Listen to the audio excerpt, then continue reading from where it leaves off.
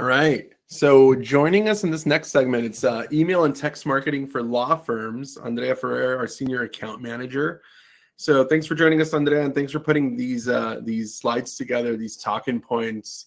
When we talk about email and text marketing, the first question that I get from attorneys is why, aside from the obvious. And the reason that I know that we started our email text marketing programs a few years ago is namely because I noticed that attorneys still send physical mail, especially at the end of the year. So like you get these magnets, these calendar magnets or holiday magnets, and then you get these like postcard holiday cards. And I know for our office, our mailbox is full every December with, frankly, junk mail. Oh, that's funny. I got a little thumbs up there. That's the Apple webcam. So, every December I seem to be inundated with mail from law offices, like holiday cards and things of that nature. And when I talk to consumers about this, when I just talk to everyone about this, they generally throw this stuff away. And it seems like a really costly investment to make to stay top of mind. So we developed this email and text marketing program because we know that there are other ways to stay top of mind that don't cost a fortune, that don't require physical mail or stops at the post office. So Andrea, talk to us about the why here. So apologies for that. So beyond not needing physical mail, like why is email and text marketing so important? Generally speaking, there is one answer to this, and you're all going to like it a lot, which is it is so cost effective. I'm going to be giving you some numbers later, but basically you are going to spend a fraction of what you would spend on calendars, on like even advertising on like Google, Facebook, a billboard, a bus, and you're going to get a very good ROI. So yes, you should do all these things, but if you're just starting and you want to make sure that you're using your database to the best of your abilities, it is very cost effective. So the why is because you're almost losing money by not doing it. Yeah, you're leaving money on the table for sure. So most firms have a Google spreadsheet with 50 numbers. They have 50 other Excel spreadsheets in their network.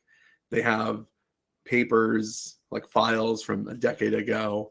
So what's the best first step before sending out an email or texting anybody? What's the best first step?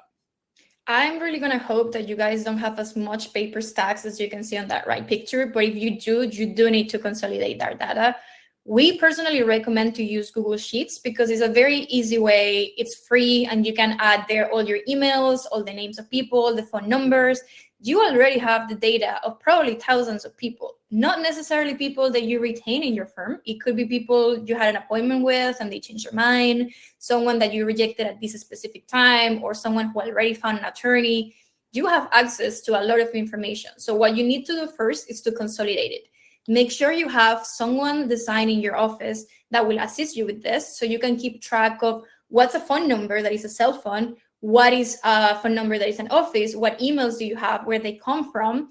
It takes a little work at first, but once you get that going, it will be very easy to just update it every month.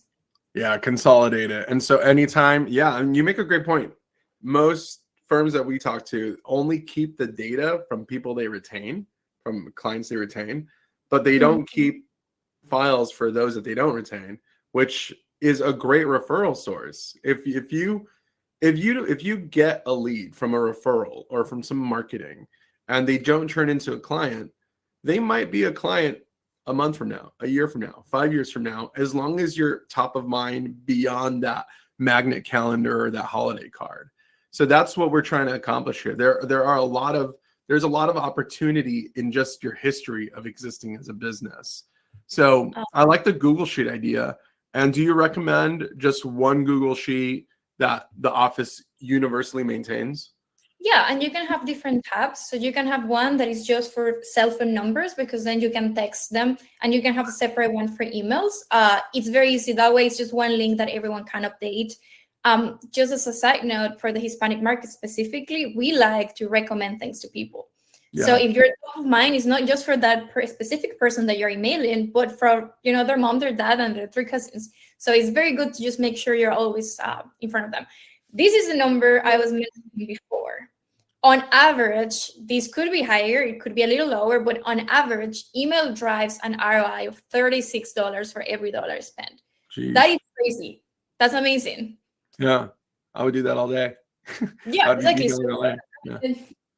What's going on? No, that's a wild. I mean, that's a wild takeaway. So whatever dollar you spend, you're going to get $36 out of it, just as a result of sending mail virtually, electronic mail. That's fascinating. So what type of email should people be sending? You have many different types to send, but I'm going to give you just like an overview of some. Educational ones, especially short and to the point, like, hey, what happens if I am injured by a defective product? This will be very good if you do this, because, for example, if you might all remember when the Samsung phones were like setting on fire at a time. Yeah. If you were the first one to be sending an email to my inbox about what to do if this happens, it's very likely that I will contact you if it happened to me. So educational, especially for relevant topics, will be the first one that we would recommend to do.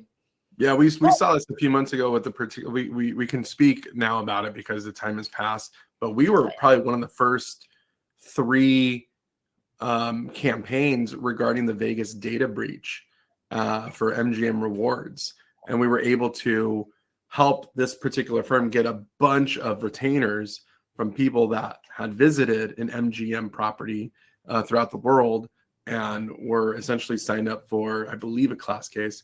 But that was only through not just advertising, but through emailing and texting their database. So it just goes to show that there's opportunity again in the files that you did sign and files that you didn't sign. Yeah.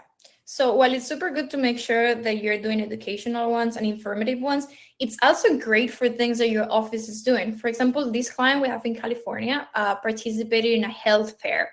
That means that they sponsor, attend, and they were there for like, I don't remember, Hugo, but I think it was 7 hours.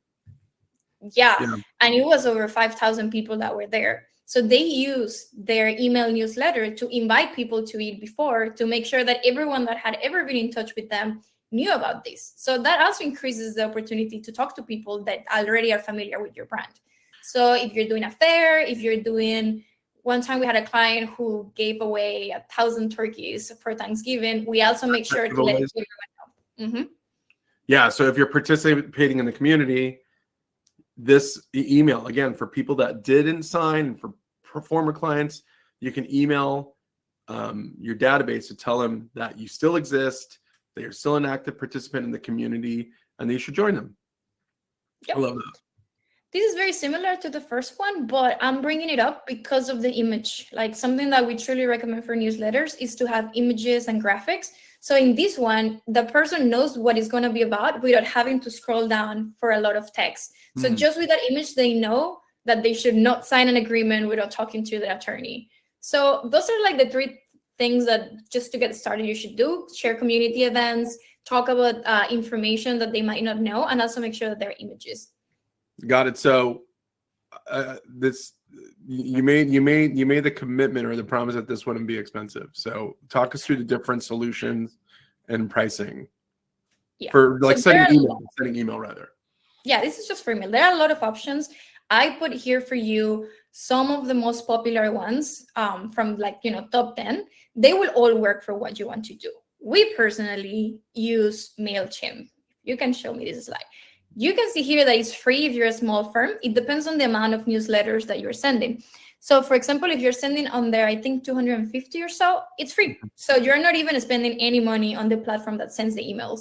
And if you want to go a little bit up, it's still not that expensive. You can see the standard here is $20 per month. That's a commitment that I think we all can make. We pay to Netflix. We can definitely pay to MailChimp as well. I mean, let's do some math there. If it's $40 for every dollar spent, and you're spending $20, you should see $800 in a return. I love when you do math. That's what I'm here for. Yeah, I think that was right. Yeah. So there are other tools you'll need for this. You will need a copywriter, a graphic designer besides the platform. The copywriter, we mentioned before during Carl's webinar that there are options for you to do it. You don't have to hire someone in-house. You can find someone in like a freelance platform like Upwork and Fiverr. You can hire someone in office if you want to do this regularly. It might be more cost effective, but it's important to have an engaging copywriter that will make sure that those click-through rates are very high. And the graphic designer as well, because as I mentioned, pictures are essential for newsletters. We are now a visual population, so we need images to tell us what's going on. So those for newsletter, this is all you need: a copywriter, a graphic designer, and a platform of your choice. Yeah, and I mean, I would say that you may not even need that in the beginning. You could do it yourself, because like I know MailChimp has like really awesome templates, and we've even used them for some of our campaigns that for our members. So yeah, I mean, probably at the most elevated level, you probably need a graphic designer, a copywriter, but in the short term, you could do this at night, over the weekend, and they make these tools super simple for anyone to use. They're very user friendly. Awesome. Yeah, in fact, the reason why we use MailChimp, because it might be relevant for you all, is because it is so easy to use, because it has so many integrations. So you can connect it to your Google Sheets, you can connect it to your CRMs. So it's just like very user friendly. I also had some recommendations, which I discussed, but it's basically to use dynamic content if possible. This is something that we add to some of our newsletters, and it just makes it pop up a lot more.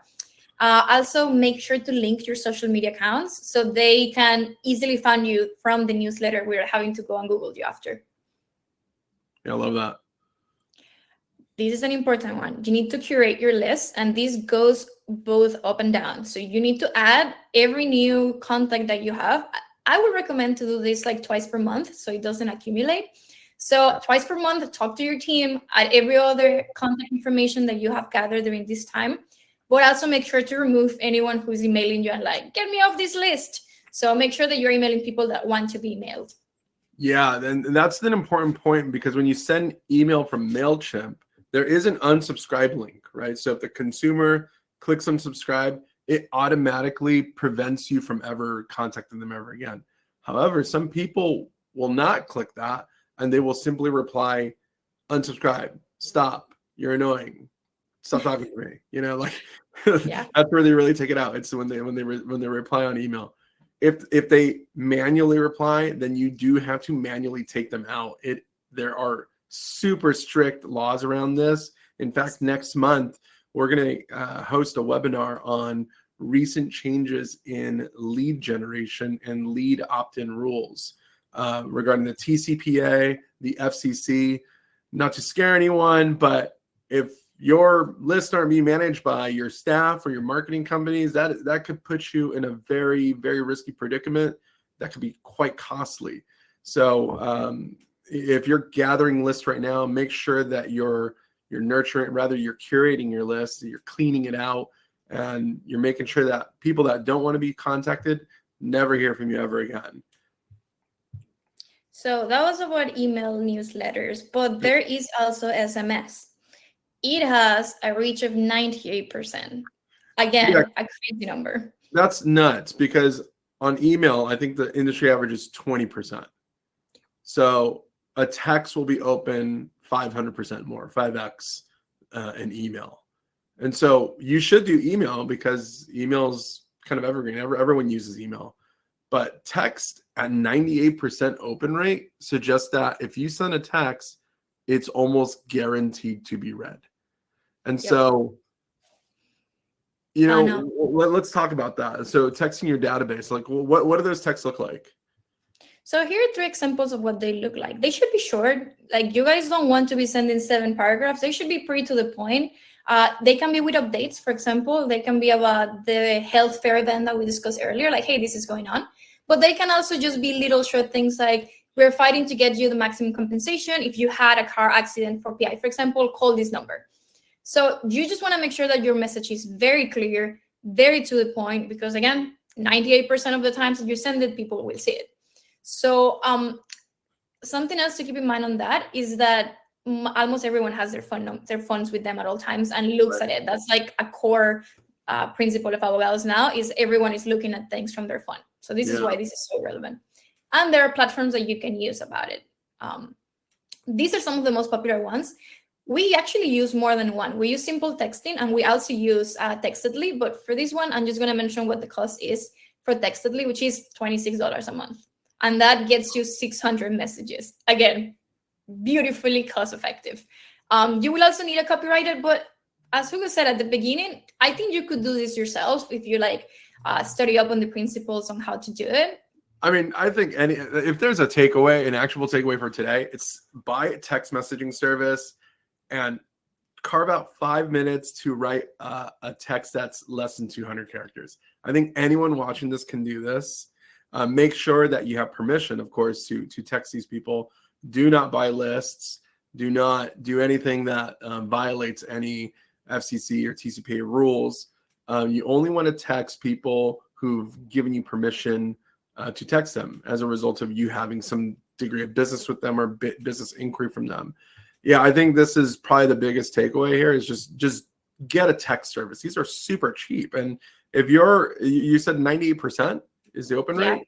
So if you're sending 600 texts per month, you're going to get over 590 people read your text, guaranteed, for $26. That's an amazing ROI right there. Yep. And I have some tips on like things you should keep in mind when you're doing it. As I said, keep it short. And if possible, do not use images. This is obviously not a rule that you have to forever keep, but a lot of people won't have smartphones. I know it's hard to believe, but there are like grandmas that you're going to be texting, people that just like their flip phone a lot. And if you're sending an image, they're just going to get a very confused message that is broken. So it's better to keep it text-based unless there's like a pressing need not to. We got a question here from Gabriel Marquez. He asked, or she asked, I'm sorry, I apologize for that, but they ask, California law firms must adhere to strict advertising rules. Can you briefly discuss how to navigate these rules to stay compliant? Yeah, so there's two, in this conversation, there are 3 guidelines to go after. There's the ABA, they have their own rules of professional conduct, which to some degree, most generally, most states and their bar associations adopt the rules of professional conduct at the ABA level. Certain states have their own rules for the rules of professional conduct in advertising. Now, we could go on about California. They have a separate set of rules in Texas, Florida, New York. However, generally speaking, we abide by the rules of professional conduct that the ABA sets and specific to the state level as requested by an attorney in our program. With regards to this, with texting, this is national. The FCC and TCPA have super strict rules on how you text, on who you text, how regularly you text, similar to email through CAN spam compliance. We probably should have a longer webinar, perhaps next month, on our TCPA discussion about that, which we can go in further detail.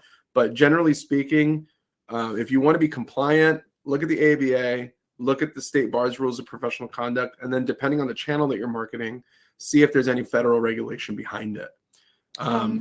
If I might, go ahead. There are some things, there are different techniques that you can implement to get this approval for people to text them. Sometimes you might have a banner in your office that have a like text compensation to this number for to get on our list. That usually meets approval. You can also include it in your legal documents. Just have a part where they fill a box that they are okay with you texting them. So right. you do need to get their approval, but there are like at least 4 different methods in which you can do this easily. Yeah, agreed. Yeah, there's double opt-in. There's in-person signatures. There are many ways to get consent for reaching out. Yep. Something else is to time it properly. Yes, it's a 98% reach, but you also need to make sure that you're giving yourself the best possible chance. So for example, Tuesdays and Saturday, as you can see here, are the ones that have the highest conversion rates according to OmniSend. That means that it's much better for you to send your SMS or your emails on Tuesday than on a Monday. On Monday, we all have all those emails from the weekend that we didn't want to look at. So it's very likely that someone will miss communication from you because there will be a lot more. Tuesday, you're caught up. So just keep in mind that when you time it properly, you don't want to send it at 3 a.m. either, because who's going to look at their phone? Right. And also this will vary by your state. This will vary by your practice area. This will vary by the type of content you send out. So test it. You know, like you can't really know until you test different iterations of how you send something out, whether that's a text or email, and you want to track it.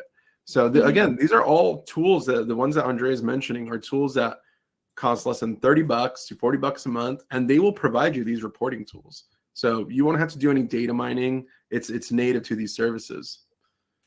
Yeah, we actually, in that, I think regarding monitoring, we actually buy tracking numbers, which is something we'll discuss later, but you can buy tracking numbers and use them for your newsletter. So when people call your office, you'll know that they came from a newsletter. And MailChimp will also provide you reports. So it's important to keep good track of how things are working so you can improve them.